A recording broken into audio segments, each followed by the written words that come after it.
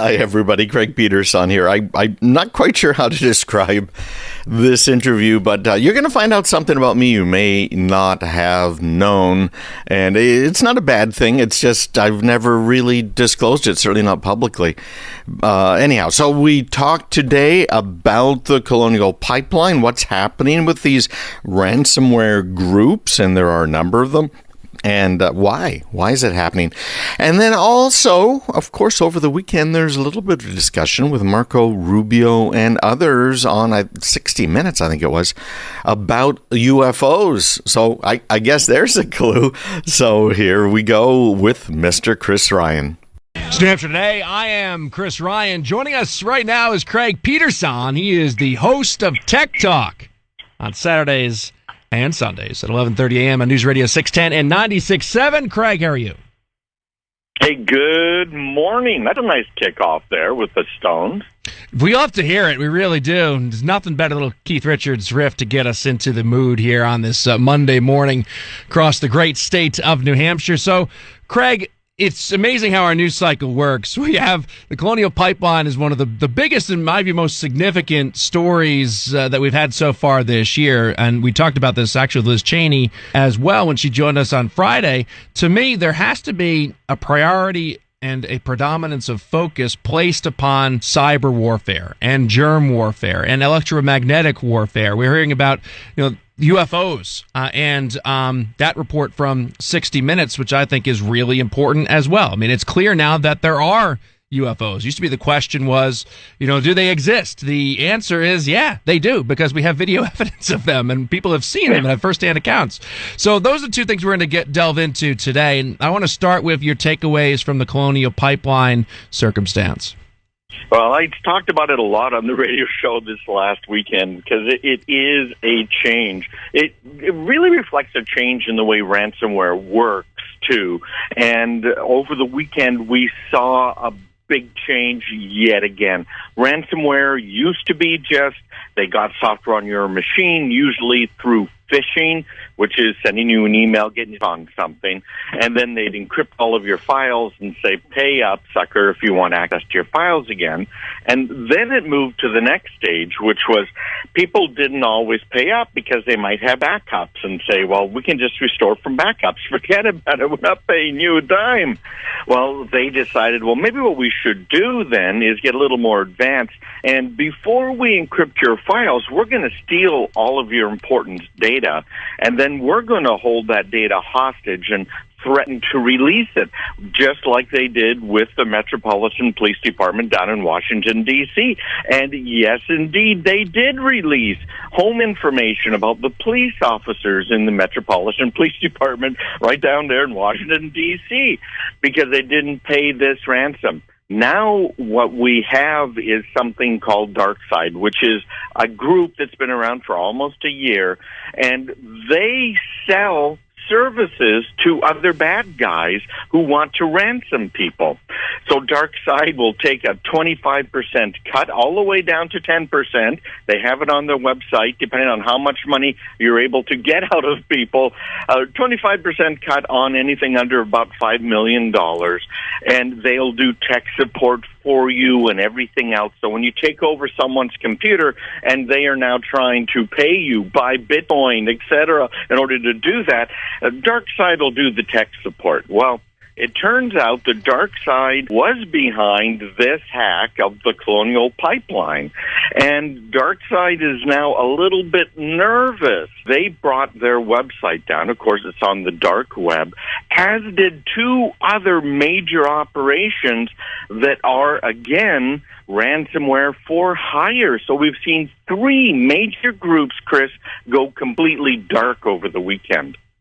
What does that mean as well? I mean, are they nervous what are they nervous about in particular? Are they nervous about the FBI? Are they nervous about, and does the FBI have jurisdiction over because that's one of the main challenges for whether it's for local police departments or for even an entity like the FBI, where there's a international type of a flavor to these many of these entities. Who has jurisdiction over them? How do you you make them accountable, and how does things have to change in order for that to take place? Well, part of what drove up the value of Bitcoin so high and continues to are businesses who are buying Bitcoin in case they get ransomed. So that obviously supply and demand, limited supply of Bitcoin, businesses buying Bitcoin by the millions in case they ever get hacked, right? Look at what just happened with Tesla, buying all kinds of Bitcoin as a, quote, investment, unquote. Most of the time these investments are to protect themselves. Who has jurisdiction? Well, I have been to a lecture by the Secret Service where they were able to shut down a major black market operation that was running on the dark web, and they were doing all of their transactions in Bitcoin, that's cryptocurrency, and it is not safe. They were able to figure out who it was, where they were, and they were able to get Interpol involved and get it all shut down and get most of the money back, which is kind of interesting as well. So here in the U.S., the FBI does get involved, and I've worked with them on a number of cases, and of course, Secret Service gets involved because they're talking about currency thefts, international thefts, and then they pull in the international community to round these guys up. So I suspect that they're either very nervous because someone's getting awfully close to them, and we've seen a lot of shutdowns lately of these bad guys, or maybe it's just good business, let's just put up a different shingle and move on. I don't really know what's happening yet. And why operate out in the open the way that they are to begin with? Because you're going to draw attention to yourself. And they, as you were referencing, they basically opened up a business and have put forward that business and said, here we are, we're going to supply a commission-based environment.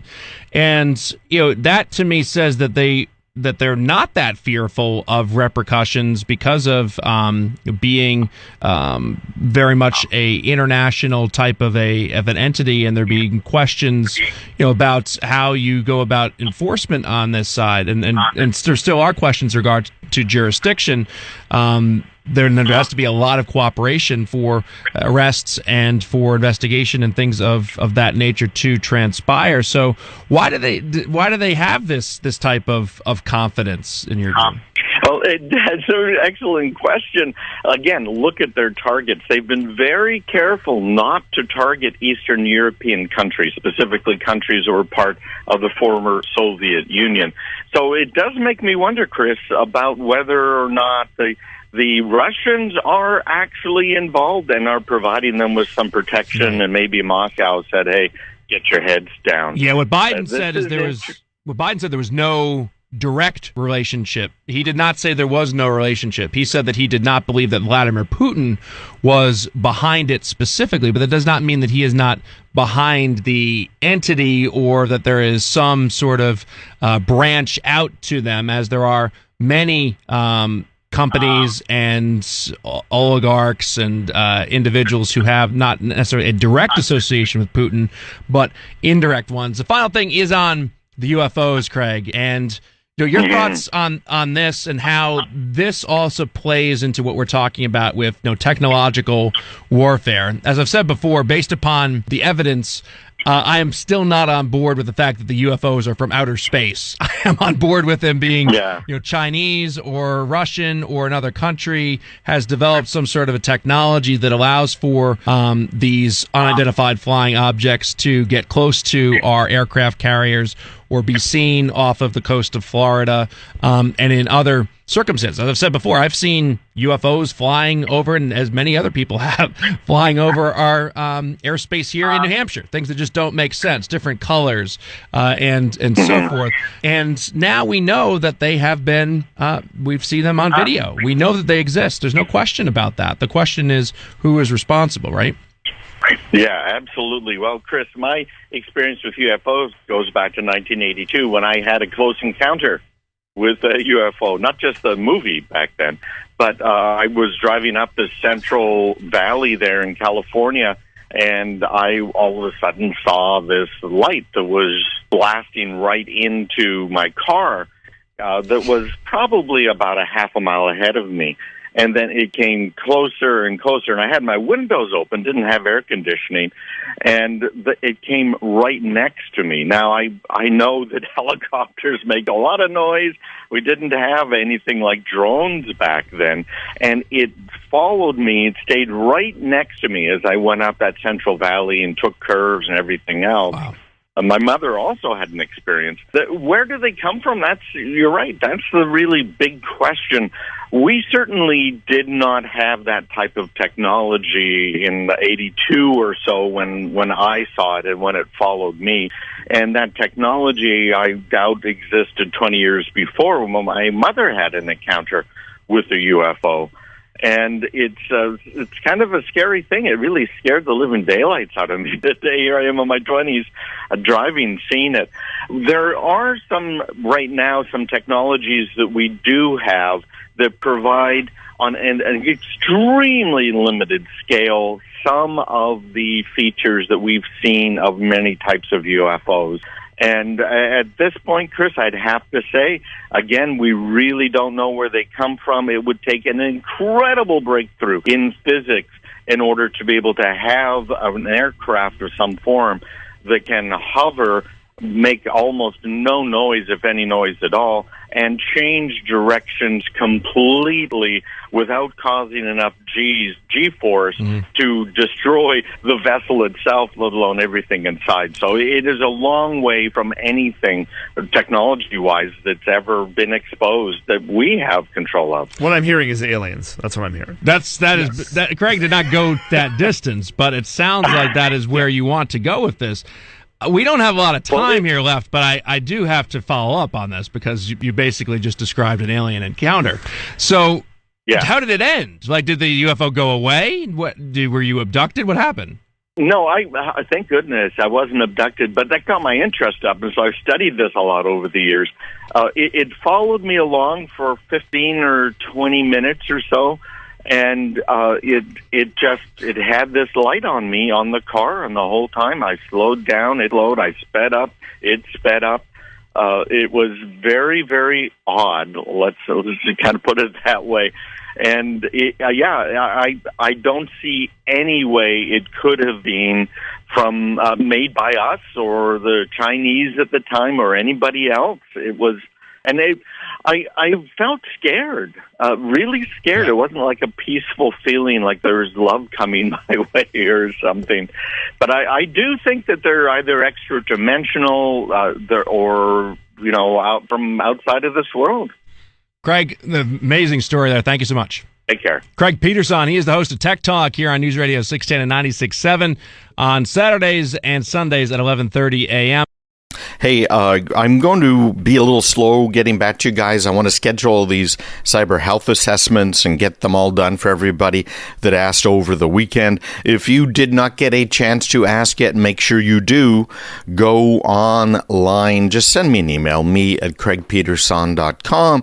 Put a cyber in the subject line and just let me know you're looking for one of these health assessments. I've got some that you can do yourself. You don't even have to talk to me or anybody else, all the way through very deep ones that we do for businesses and others.